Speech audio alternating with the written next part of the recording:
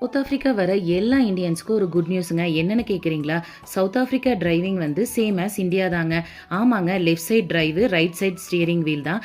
Already நீங்கள் இந்தியாவில் drive பண்ணிட்டு இருந்தீங்கன்னா நீங்கள் சவுத் ஆஃப்ரிக்கா வந்தால் உங்களுக்கு ரொம்ப ஈஸிங்க. ஒரு சில ரூல்ஸ் மட்டும் இந்த கண்ட்ரி ஃபாலோ பண்ணுறதை நீங்கள் ஃபாலோ பண்ணி தாங்க ஆகணும். இந்த கண்ட்ரியில் டிராஃபிக் சிக்னலை ரோபோட் தாங்க சொல்லுவாங்க.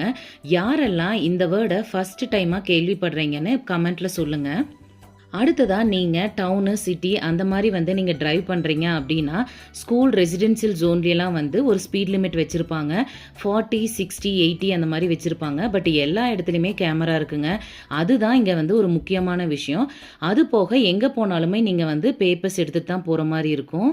ஃப்ரீக்வெண்ட்டாக போலீஸ் செக்கிங் இருக்குங்க. So driving licence, ID, passport இல்லை பிஆர் எது வச்சுருந்தாலும் கண்டிப்பாக காரில் வச்சுக்கோங்க. ஹைவேலாம் பார்த்தீங்கன்னா கிட்டத்தட்ட 4 லேன்ஸ் 5 லேன்ஸ் அந்த மாதிரி இருக்குங்க. அதோட ஸ்பீட் லிமிட் பார்த்தீங்கன்னா 120 வச்சுருப்பாங்க. அதுக்குமே கண்டிப்பாக கேமரா வச்சு தாங்க இருப்பாங்க.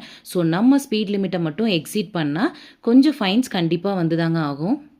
சில இடத்துல சிக்னல் ஒர்க் ஆகலை இல்லை சிக்னல் இல்லைன்னா ஸ்டாப் சைன் போட்டிருப்பாங்க. யார் ஃபஸ்ட்டாக வந்து அந்த ஸ்டாப் சைனில் நிற்கிறாங்களோ அவங்க தாங்க ஃபஸ்ட்டாக போகணும்.